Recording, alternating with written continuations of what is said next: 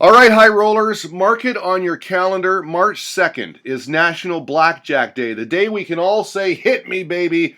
Our guest today, a blackjack player, a Vegas blogger. He's got a fascinating blog. His latest article talks about ways to bring more millennials into gambling, how to create a positive experience for them at the gaming tables. It's very interesting. It's a good piece, and you can check it out on his blog, which is blackjackroi.wordpress.com. He's at blackjackroi on Twitter, and he joins us today. Hey, thanks for joining us, man. Appreciate your time. Thank you very much. I'm glad to be here, and thanks for noticing National Blackjack Day. Well, absolutely. National Blackjack Day in America. I saw it on Twitter, and I thought, hey, this is a novel idea. We need to celebrate one of the all-time classic, recreational, of course, beatable casino games, 21. But the more I look into it, this is a serious issue for you guys. It's a big day, right? March is the third month, and the second day, that's a significant number for you guys. You're absolutely correct. There's definite symbolism within the timing of it. March 2nd was picked specifically for a reason, and you know this, obviously, that 3-2 is the traditional payout for a blackjack, right? So if you bet $100, you get $150 back if you get a blackjack. And more what we're seeing is casinos changing those rules up to a 6-5 payout. So if you were betting $100 on a hand, you get $120 back instead of that $150 payout. And so we picked March 2nd, 3-2, as the day for National Blackjack Day to make a point that this game that is the most popular in most casinos and across the globe in casino gambling is being deteriorated a little bit by some of the big companies squeezing the margins. And quite frankly, at the level I play at, this $100 tables, they tend to pay 3-2 no matter what. But if you're a casual gambler and you go to play nowadays, especially if you're in an MGM property or some of those big Vegas casinos on the Strip, a 6-5 game is more likely where you're going to end up, and you're not even going to know the difference. And you're going to be, eating away at your profits, if there are any profits for a casual gambler anymore, by playing a 6-5 game versus a 3-2 game. Well, absolutely. I totally agree with you. I mean, this is about, to me, industry standards. You get paid 3-2 on a blackjack. That's how it's supposed to work. It's just supposed to, right? Amen. You're preaching the choir on that one. That's and since I started this, I'm going to call it a movement, although that's probably overstating what it is. This is a fun recreational thing, and I'm having fun with it. But since we started having this conversation, it's been really interesting to see the casual gambler coming in and saying, yeah, you know what, I went and played, and it's just not as much fun when I go and my money doesn't last as long. And so, for an advantage player, the people who are, coming to the casinos and having the angles all figured out before they get there, they can play in almost any rules and figure out a way to make some money off of it. But for the average person who shows up at a casino, they're just going there to have fun and make their money last as long as they can, have some good stories to tell. And when the casinos start, hedging on the margin and cutting down the length of time you can play, the less fun you have. And so we really want to take this game back and make it for the players and make it a more enjoyable experience for everybody. Well, you make some good points, and it's very interesting. You talk about advantage players. We recently had the card counter Nicholas Colon. He attended the Blackjack Ball in Vegas last year. He writes extensively about the game. He's also a casino consultant, and he says some of the larger corporations, MGM, Caesars especially, are really changing Vegas. 6-5 at the blackjack table, fewer comps at the slots. You've got these automated machines now, the cash out slips. So really, the patrons are getting less bang for their buck because they go there, everything's expedited, they lose the same amount of money, but it happens in half the amount of time. That's exactly right. And those pieces that you mentioned, you can throw in paid parking, you can throw in resort fees, you can throw in all the other nickel and dime ways that the casinos are looking to make a quick buck that are taking away from the average consumer's experience. And all of those things eat away at that overall experience. And, it may be great for folks to go and listen to their favorite DJ at the club, but really, Vegas and all the, Vegas was built on gaming.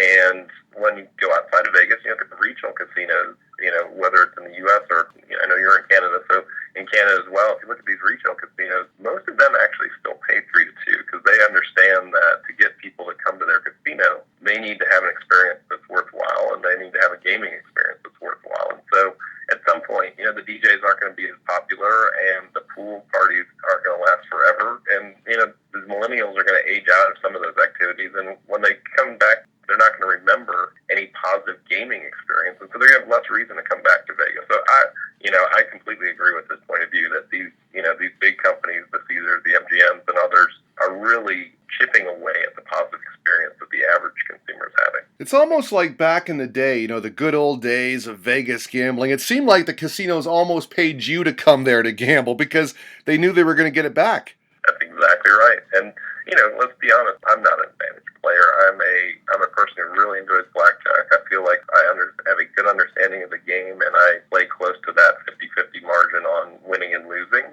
But, on the whole, the average person doesn't really understand the odds, and so they're going to lose their money no matter what. And so, to your earlier point, you're exactly right. You're going to lose your money no matter what if you're an average person who's visiting Vegas just for some fun and has $500 in your pocket. So why not make that $500 last a couple of days instead of a couple of hours? If you're a casino company, I would think that you'd want those people to have a positive experience losing their money versus being frustrated that they lost it in a couple of hours and then are less likely to come back and gamble again. So I'm with you. I think there's something to the point of having fun while you're losing, even though most people, I think, go in assuming they're going to lose unless they're an advantage player. Right. 6 to 5 payouts. If this becomes the standard, all casinos go to this. Do you see a day where blackjack becomes just another game? That it will no longer hold its dominant position in the table game area? Because it has been dominant for so long. You're exactly right, and that is the trend. The trend is if you look at UNLV Gaming puts out a great synopsis every year of where the money is spent. They particularly focus on Nevada. If you look at Nevada, the majority of the gaming used to be in blackjack, and that number gets chipped away every year. And so Baccarat has actually taken over as the number one game in Nevada.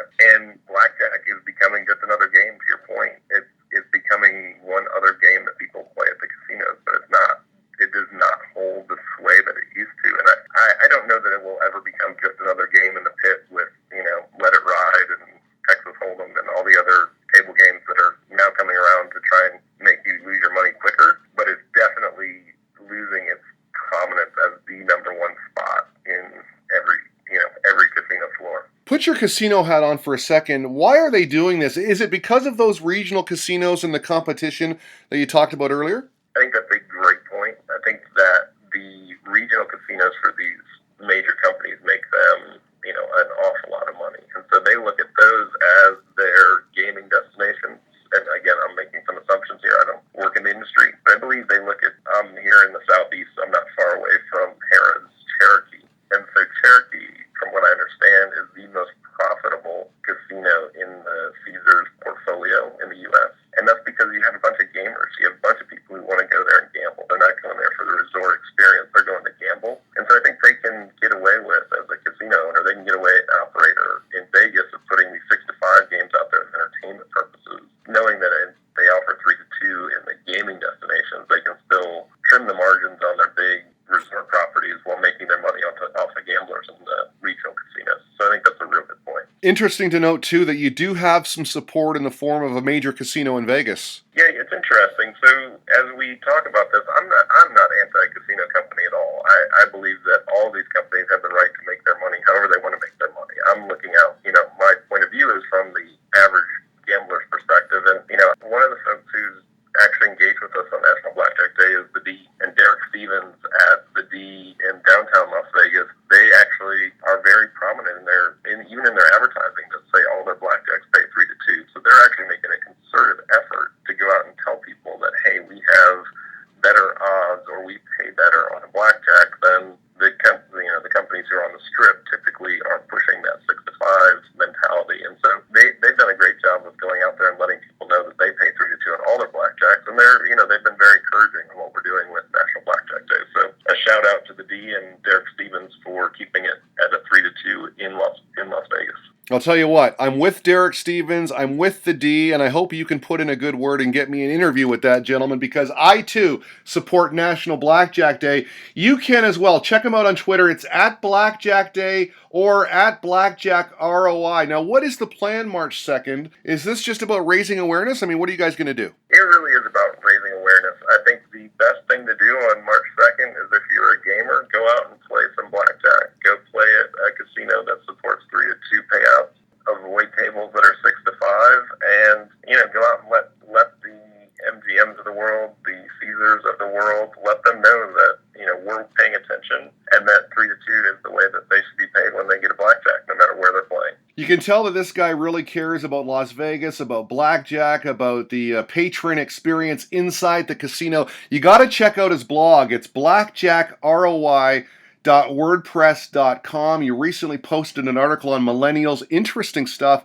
I mean, what's happening with young people and gambling these days? Are they getting out to the casino and putting some money down? Well, that's the big trend, and I tend to just keep my eye on the industry because I'm interested in it. And the trend is that it's all about millennials, right? How are we going to get millennials to gamble? They're not coming into our casinos. They're going to the pool. They're going to the club. They're going to listen to DJs, but they're not putting their money down on the table. And my argument, as you mentioned in the blog post, is that it's really about the experience. If I'm a millennial, which I'm not, I'm a little bit older than the millennials. If I'm a millennial, I don't have any background in gaming, right? I don't have any grounding in what it's like, because I used to sit around and play blackjack and poker and things with my family around the table. I don't think that happens as much anymore, and so there's really no background for these folks. So I argue that if you build an experience that's interesting for a group of millennials to get together and experience gaming in an environment that doesn't actually cost them a lot of money, that allows them to do it with their friends, makes it a social experience,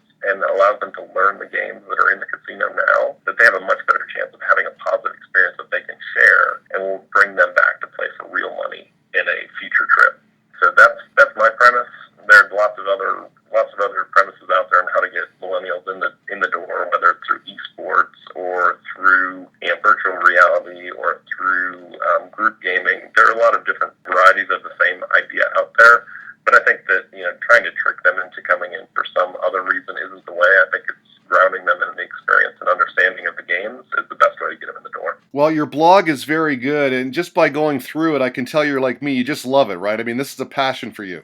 Oh, yeah, this is I have a day job, which I'm very excited about, and I'm trying to, get a startup off the ground, which I love doing, but at the same time, when I get a free moment, I really want to be engaged in gaming and blackjack, and, I dabble a little in poker, not as well as you do, but I dabble a little in poker and other games as well, but it really is, it's not just a side project for me, it's definitely a passion project. The website is blackjackroi.wordpress.com, at blackjackroi on Twitter, and you can follow at Blackjack Day for National Blackjack Day, which is March 2nd. Oh, by the way, got to ask you, you put out on Twitter the meme of Donald Trump and the executive order. I thought that was very funny. What do you make of the president with respect to gambling? Do you think he's going to be good for gambling or bad for gambling? I would believe over the next 4 years you'll see a couple of things open up in terms of gaming. I will say that there's going to be a lot of opposition when you get down to a state level, because you get a lot of the lottery companies and you get a lot of the regional casinos fighting for their turf. So I think that he may be a positive for the gaming industry in terms of, trying to provide some federal or national cover. But I think on a local level, you're going to see the same kind of back and forth here in Georgia. I live in Georgia. You're going to see the same back and forth within the state legislatures, which will make it really hard for any wide-scale expansion. So I think it's going to be I think it's the same dance that we've been doing for the past 4 to 8 years that continues to go on, but probably a little bit more cover at the national level that may open up some opportunities. I'll tell you what, I've really enjoyed this, and we have to have you on again. Listen, folks, it's the national fabric of America. 3 to 2 on your money when you scream those words, blackjack, baby, at Blackjack ROI. Thank you so much. Enjoy the day today, and have a good March 2nd. Thank you very much. It's been great being on.